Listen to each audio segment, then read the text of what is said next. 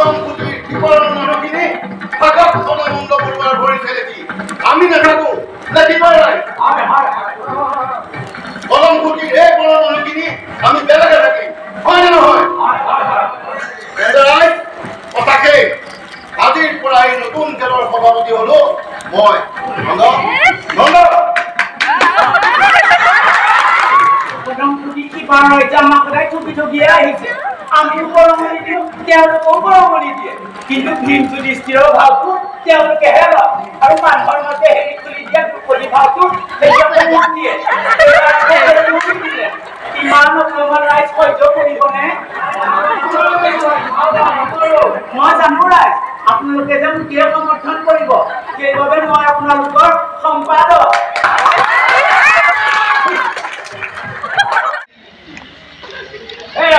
মাতিছিলা বোলে মই কালি মাতিছো আজিহে আহিছো কালি আকৌ বৰ ব্যস্ত আছিলো বুজিছা কালি মানে তোমাক কণী পেহিছত সকাম মানে ভোজ মানেতো জানাই আৰু মাছ মাংস পনীৰ আকৌ সেই দালি তোমাৰ দোকান বনাইছে আকৌ দেই মাছলি থকা দিছে খাবলগীয়া হৈছে আৰু মানে হেৰিও আছে তোমাৰ এই ভাজি দুখন এখন লেপেৰা ভাজি এখন শুকান ভাজি তাৰপিছত পদুনা চাটনি আছে মাহৰ গুড়া আছে বেহুৱা আছে এইফালে গোলাপো আছে লগতে আকৌ পাপৰ দিছে তুমিও কবা কম বুলি মাতিছা যেতিয়া পৰা শুনিবই লাগিব তোৰ যদি মুখখন নাথাকা হেঁতেন কেতিয়াবাই নিগনি তুমি কিয় মই ইয়ালৈ আহিব নোৱাৰো নেকি তাকেতো তুমি ইয়ালৈ আহিলা কেন আৰু মাতিব তুমি মহিলা বুলিহে শুনিছো মই সিদিনা কদম ফুটি পৰা তোমাৰ হিলৈ ফুটা ঘৰটো কি হয় নন্দ ধ্ৰুপদী নন্দ যিবোৰে মই তই গম নাপাওঁ বৰ পিতাই গম নহয়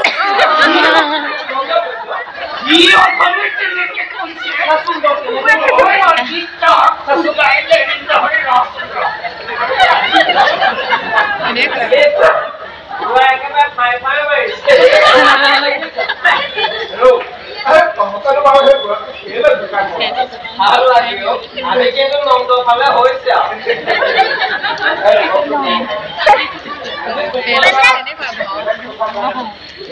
বেলেগ কথা নাথাকিলে তুমি মাতিবলে কোৱা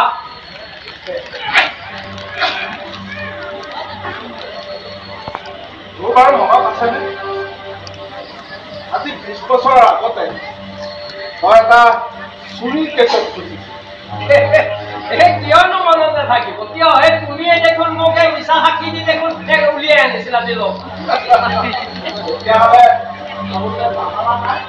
এইবিলাক আৰু পাহৰিব পৰা কথা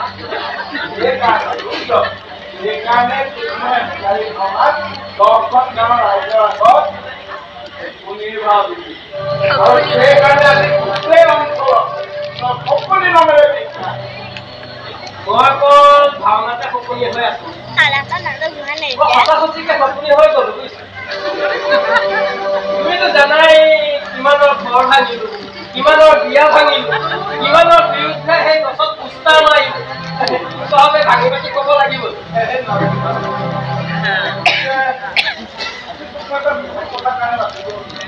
কোৱা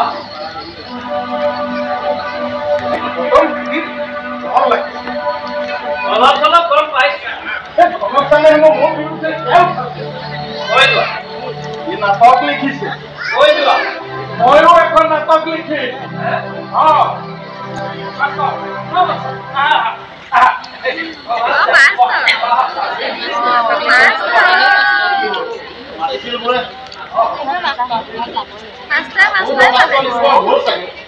আপোনালোকে কণ্ট্ৰলৰ চাউল থকা বাৰে বাৰে মাতত কিয় বেচে আৰু কওক তালৈ লিখি আনালৈ নে এছডিঅ'লৈ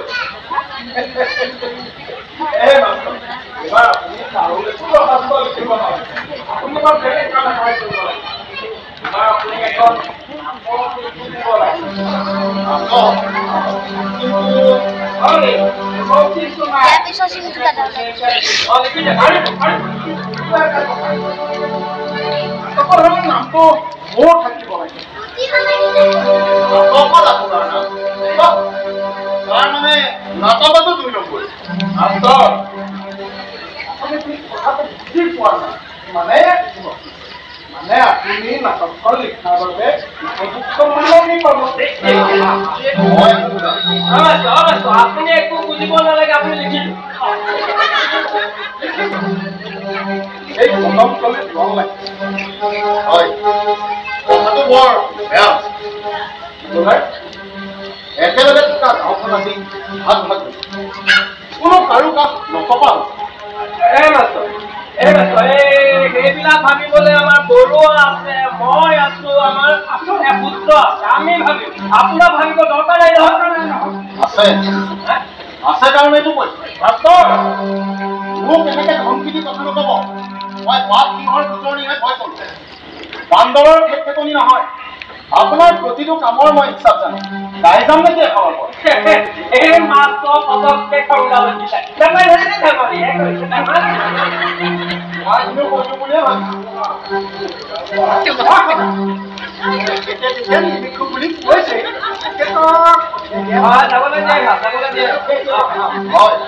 আপুনি ঠিক কথাই কৈছে, নহলে আপোনাৰ কিন্তু গাই দিম বুলিয়ে ভাবিছো।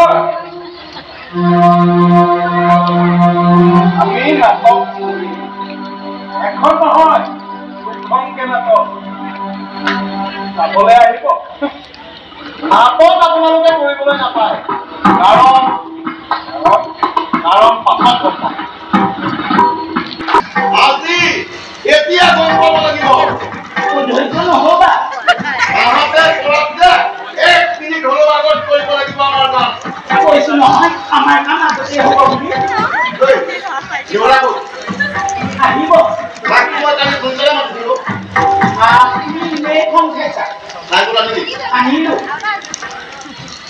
এই টাইমবোৰ্ডখিনি নি সেই গড় আহতৰ তলত লগাই দি নতুন নাম হব আজিৰ পৰা, নতুন পদঞ্জলি। গাঁৱৰ মানুহক এবাৰ কাম চলাব লাগিছিল নেকি? কোন গাঁও, কোন মানুহ? ইয়াত ময়ে গাঁও, ময়ে মানুহ। চবেই মোৰ মতে কৰিব লাগিব। কোনেও এটা কথা কৰিব নোৱাৰিব। আৰু সকলোৱে মই কি কওঁ, ভাত টানিব যাব লাগিব।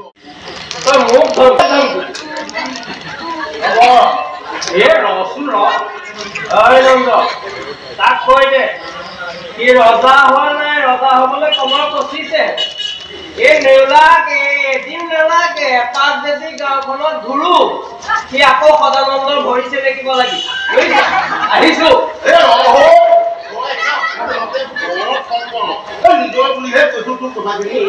সাধাৰণ কথা কেলে মাতিছো।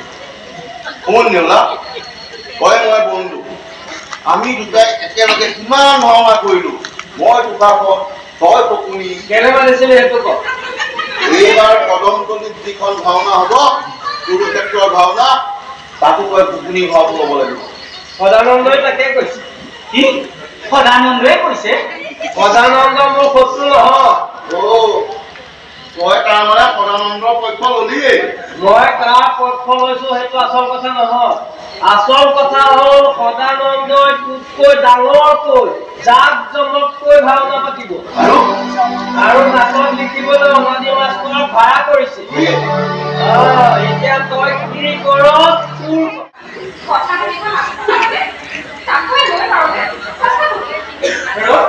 গাঁওখন আছে, কিবা এটা হৈছে গম পাওঁনে? মই দেখোন গাঁও নাথাকে, গম পাম দেখোন।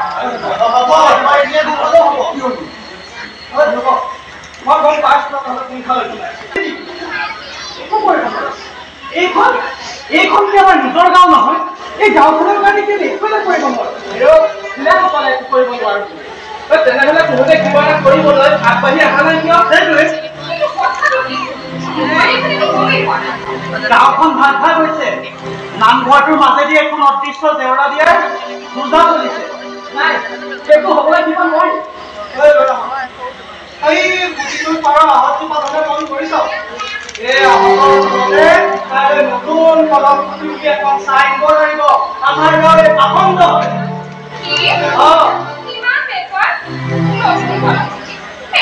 কিবা নাম কৰিলে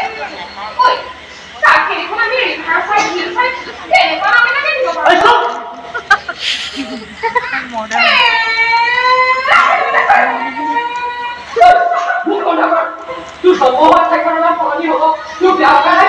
তই যদি তোৰ মাকৰ নাম কোনোবা পলাই দিয়ে তেতিয়াও তাকে মোক ভাগে বুজাই দিব হ'ল নহয় সেইকাৰণে কিয় ফোন কৰি আহিব ৰচোন হয় এই তহঁত দুটা মুখামুখি হ'লে যে এখন লাগে লাজ নেখাওঁ ডাঙৰ হ'লি বেয়া দেখি নহয় এনেই মনবিলাক বেয়া হৈ আছে ঐ আজি অনাদি ছাৰকো মাতিছোঁ এই পাবৰ হৈছেহি কি ছাৰো আহিব তাৰমানে নাটকে তাকেনো ইমান সময় পোৱা নাই কিয় ঐ এইবাৰ নাটকখন কিন্তু বৰ ৰোমান্টিক লিখিবলৈ কম হা এই অকণমান মুখখন বন্ধ কৰিব দে মুখখন বন্ধ কৰিব দে হয় তই কিয় হুলস্থুল কৰ হয় ধ্ৰুৱ শুনচোন আকৌ মই তোৰ কথা এটা জানো এই ছাৰ যিহেতু আমাৰ ইয়ালৈ আহিব আমি কি কৰিম গোটেই কথা কিন্তু ছাৰক এবাৰ বুজাই ক'ব পাৰিব লাগিব তই তহঁতে কি ভাবি লিখাতে গাঁও ভাল হ'ব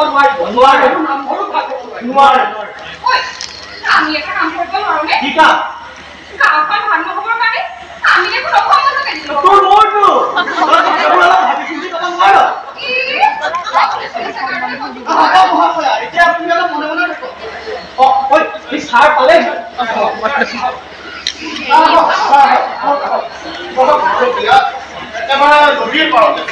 আপোনাকতো মই কালি কথাখিনি কৈছোঁ এতিয়া আমাৰ গাঁওখন ৰক্ষা কৰিব লাগে তোমালোকে মিছাতে চিন্তা কৰিছা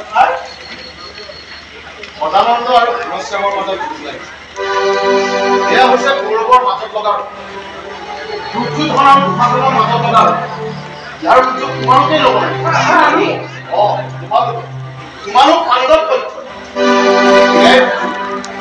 সুযোগ সিহঁতক উদ্ধাৰ কৰি দিয়া সিহঁতক আঘাত কৰিব তাৰ পাছত আনটো আঘাত কিন্তু কেনেকৈ সিহঁতক খতম কৰিব লাগিব তোমালোক ল'ৰা ছোৱালী তাক ৰাখিব লাগিব ঘৰ নাম ঘৰৰ চোতাল হ'ব সেই না গাঁওখন একেলগ ভৰি অহাৰ স্বাৰ্থত তোমালোক সকলো তাত থাকিব লাগিব কিন্তু এটা কথা তোমালোকে ঘৰে ঘৰে গৈ সিহঁতৰ কথাবোৰ মানুহক জনাব লাগিব আৰু এই কামটো অসুবিধা দিব কি নকৰে সাৱধান যাতে সিহঁতে তোমালোকৰ কথাটো শুনা ঘৰে গ'ল কোৱা তোমালোক সকলো ভাবোনে পাৰিবানে দেৰি নকৰিবা সকলো লাগি যোৱা মই তোমালোকৰ লগত আছো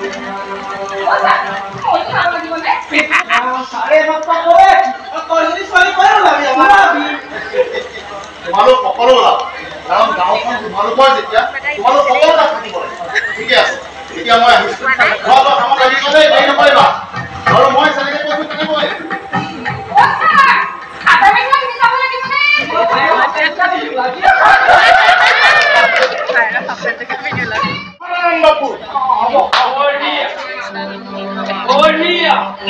এতিয়াহে ঘনশ্যাম জ্বলিব সি তোমাকহে সাধাৰণ বেপাৰী এটা বুলি ভাবি আছে এতিয়া গম পাব তুমি কোন তোমাৰ শক্তি কিমান চোৱাচোন তোমাৰ নামত এখন গাঁও হ'ব এখন চাইনবোৰ্ড থাকিব সদানন্দপুৰ ৰাস্তা দি যোৱা মানুহে লৈ লৈ চাইনবোৰ্ড পঢ়িব কিয়নে তোমাৰ নামত চিঠি আনিব সদানন্দ বৰুৱা গাঁও সদানন্দপুৰ ফুৰ্তিতে আহিছো তই জীয়াই থাকোঁতেতো তোৰ নামত গাঁও হ'লেই তই মৰাৰ পিছতো তোৰ নামত ৰাস্তা হ'ব দলং হ'ব অফিচ হ'ব বজাৰ হ'ব বজাৰলৈ মানুহে আহি ক'ব সদানন্দৰ বজাৰ কম দামত পাব লৈ যাওঁ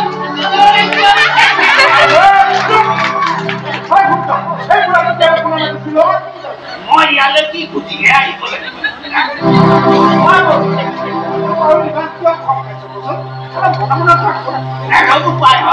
তহঁতৰ কিন্তু সপোনবিলাক পূৰণ নহ'ব বুজিছা আৰু পাণ্ডৱে ধনুক বৰ জুৰিছে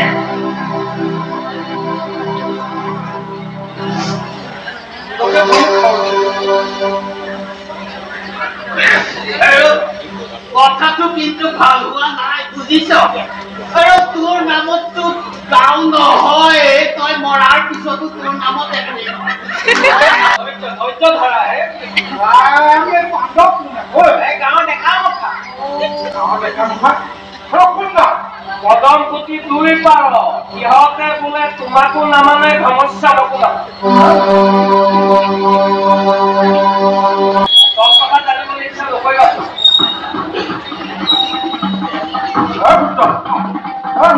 কাম কৰ কালিলৈ সন্ধিয়া নামঘৰত ৰাইজ মই নামি তই গাঁৱৰ বাগিনাটো পাহৰিলি নে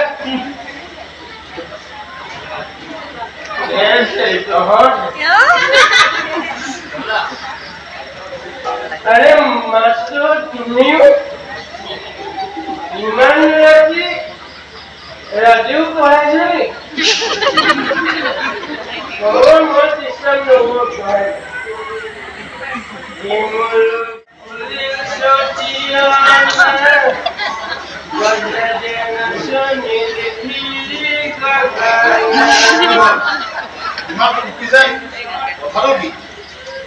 সদানন্দ ঘৰ পাইছো পুঁজিটো লাগিবই এতিয়া ক'লৈ যাম সমস্যামৰ ঘৰলৈ যাম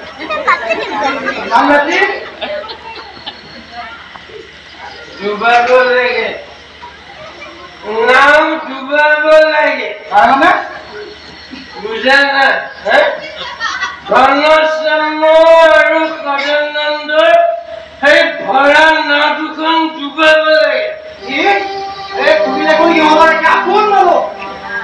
মই কোনো আপোন মানুহ চব শত্ৰু চব শত্ৰু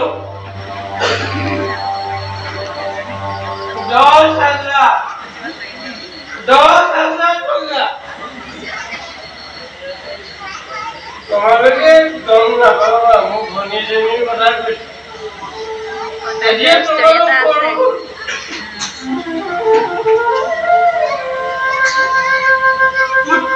ঘনশ্যামে মোক ভনীজনী সৰ্বনাশ কৰিলে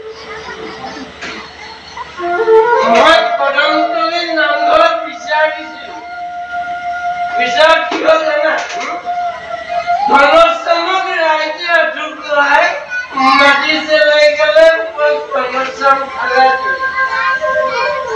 মোৰ ভনীজনী দণ্ড হলো 10,000 টকা 10,000 টকা পাছদিনা ঘনশ্যামৰ ঘৰতে ঘনশ্যামে ভোজ খুৱাই দিলে ভোজ খুৱাই দিলে ঘনশ্যাম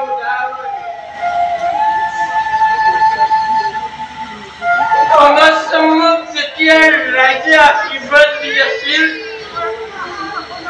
তেতিয়া মোৰ ভনীজনী ওলমি দিলে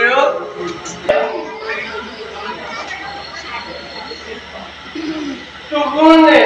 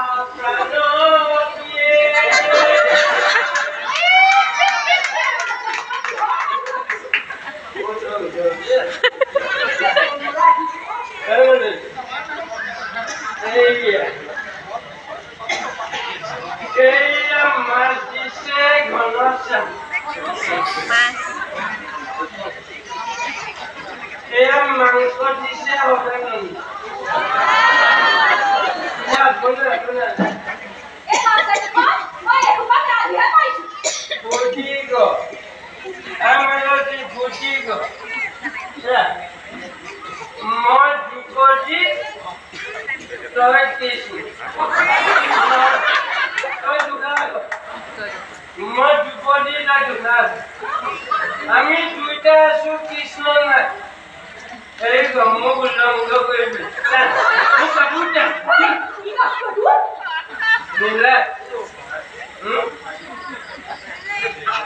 কালিলে তহঁতক एक लास्ट कोन আছে কালিলে এখন কাপোৰ দিবলে কৃষ্ণ গোসাই নাথাকিব হয় তাইলা কি কৰছ মই বকানা মই কথা কৈছো কালিলে কদম তলি কেক কাপোৰ খানো আজুই আনি দুজন সজানন্দ এখন খনস্ত এই মলে তহতে নাম গাওঁতে ভাদমহীয়া নাম গাওঁতে নামঘৰটো তাৰ মাজদি এখন জেউৰা তাল খোল নেগেৰা ভাওনা পোচাক চব পাক পাক হয় তাইলা কি কথা কৈছ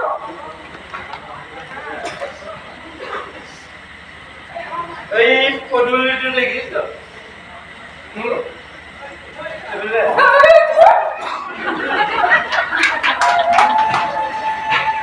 এই পদুলিটো মূৰতে দেখিছ আমজোপা পিতাই গৈছিলে ল'ৰা-ছোৱালীকেইটা ডাঙৰ হ'লে খাব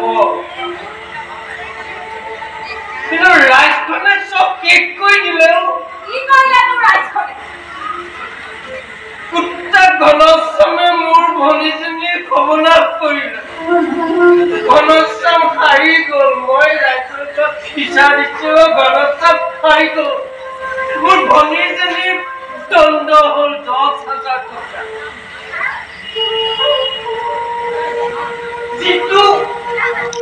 যিটো সদানন্দই ঘনশ্যামক বিচাৰ কৰিলে যিটো ঘনশ্যামৰ বিচাৰত ৰাইজখনে হাততালি মাৰিলে সেই ৰাইজৰ আগতে উলংঘ কৰিব কদম তলি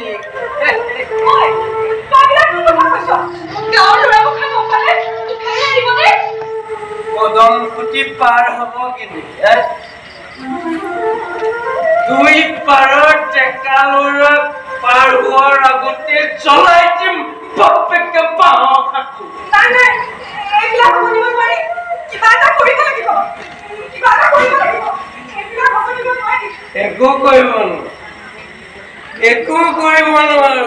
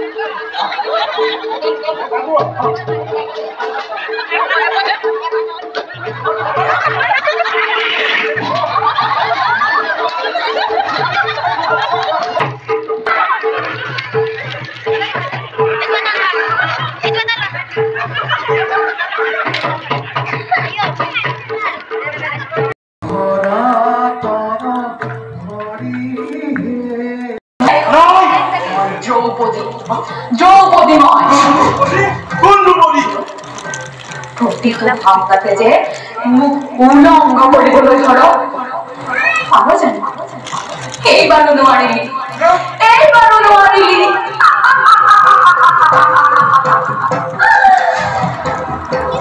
হাৰি গলি যুগে যুগে দ্ৰৌপদীক ৰংগ কৰিবলৈ গৈ হাৰি যাওঁ কিন্তু পাহৰ